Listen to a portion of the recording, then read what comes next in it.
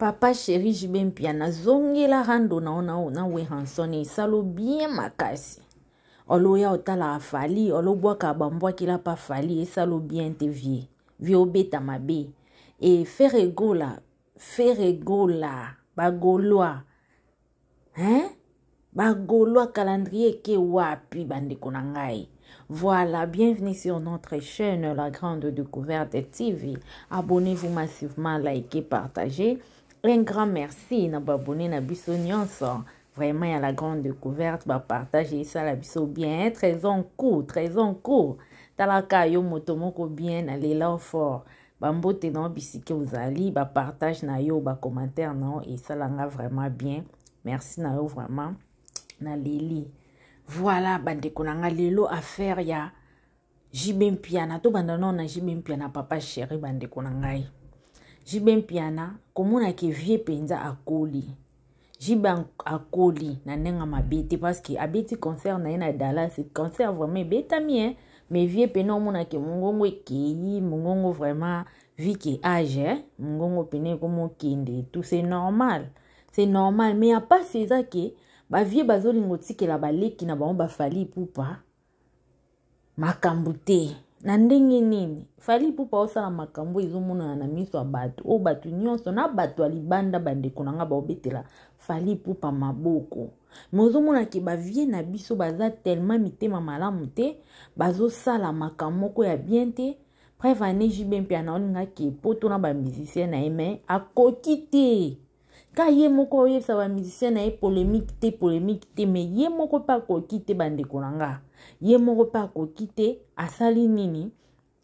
abwaki mwambwaki la pa fali ke biloko wana ya ba visa bango balobela yango sute balobela yango trop ah oui bolobela yango trop mais chacun son temps siko eza temps ya fali pupa bande konangai to mona ba via wenge wana basala mambo wana ba mema bato ebele na poto wana to boyango te mais façon o fali a memeli ya ba visa ba 4 ans 53 ans bande konanga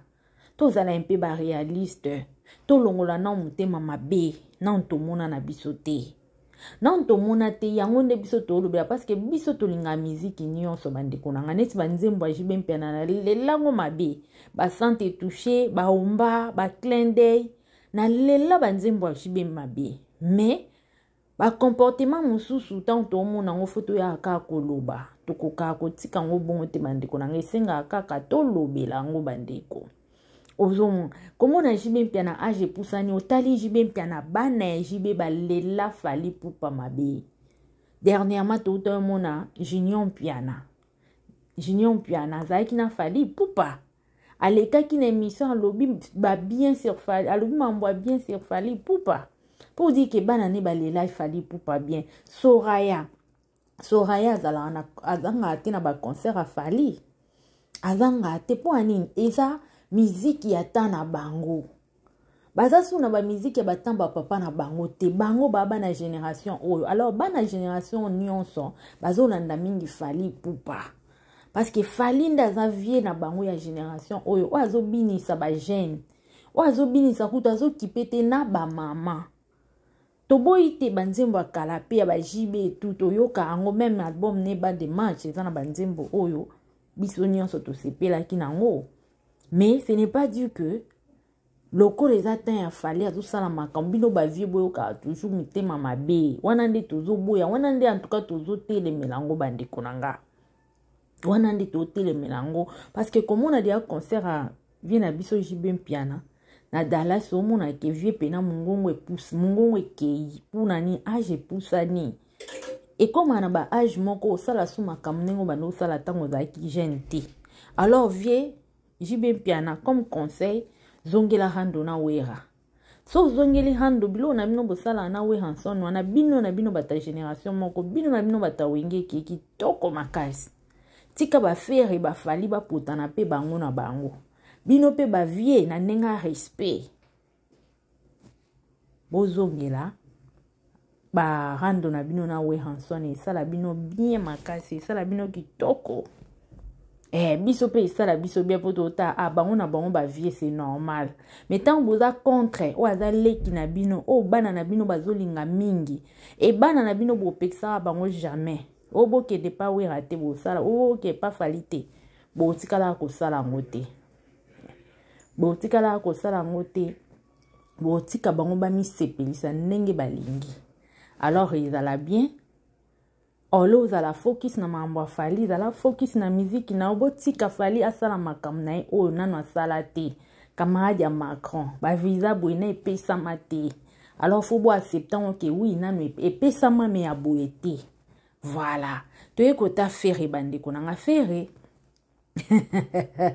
eh Zambi fere go la calendrier toye bate ke wap bandeko toze bate dynastie bimi banzemba dynastie ya kitoko banzembo wana eza na besoin promotion la famille bagoloa banzembo dynastie ya kitoko eza na besoin de ya promotion na ebita entourage à faire eza problème nini et calendrier bima keke ezongi met eloko elekela biso omona ke calendrier date moko batiango de place date moko batie mosusu na Dubai batie mosusu koto en fait mutu moko komikabola ndenge nini na journée moko et puis ba air yango fo otala ba air yango ezaka ba air mo ya ba pokwa alors mutu moko na ebita za na avion ndenge nini akomikabola ndenge nini na journée moko des concerts et puis ba place bamboka différent la famille tous ape bato atakutu batamayelu atakutu babazo bango akotuna okomikabula ndenge nini eza okoza na Congo ka yo mosusu ozobeta na Stade des Martyrs ka yo mosusu okebeta su na Dubai même les mêmes jours na tongo te me ba era ba pokwa na ebite nani asalaki calendrier wana mutu o asalaki yango ye moko na makanisi na ye to azwaki ordre pas faire égola bandeko na ngai biso tozala contre mutu te toyaka koloba vérité otomona alors ezalaki erreur po tomoni calendrier wana esali retirada calendrier fere wana esali retirada toyebi te ataki 2023 2023 eleki ba concert mususu ezalaki wana falaki abeta place mususu mais tomonaki akendaki ko se retrouver même na Mwanda oyo calendrier na ye concert à Mwanda wana ezalaki te bandeko na ngai elongo wana ya 2024 bien sûr nan to comité peut-être bani ba revoir peut-être par rapport ne dynastie bimi ba sangisa bakisa ba jour mais oyo ezalaki wana déjà mbutu komona ke mutu moko musicien moko aza na concert des places na journée moko mboka monte ba mboka différent en tout cas na ebité msou déjà salama ngande na yebité mais ngana na mona te bandeko nanga opda mona a etikeli biso commentaire mais en tout cas dynastie eza banzembo kitoko bandeko nanga ba gaulois surtout bo sala promotion nango et qu'ils ala bien makasi balite akandolo ya kofinga koloba salela artiste na yo promotion et que ça la bien makasi botika mafinga botika distraction lelo fali oyo bozoni nga bolanda sima mukongo fali akomi dia musika bandeko so e bolandi e boino botika la bobando koya kaka bobando perdre kaka et ko perdre wana na kokoya na ebimisa bino maele te ole bolanda fali bosala makambo na ndenge na bino asali makambo na e bobeta e kara bandeko bagolo bobeta fali kara boko avancer makasi na promotion ya album na bino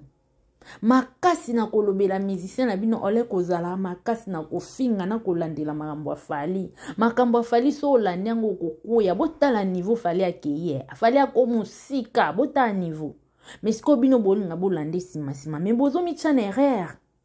so bolande sima to boyi na biso te kolanda mutu likambu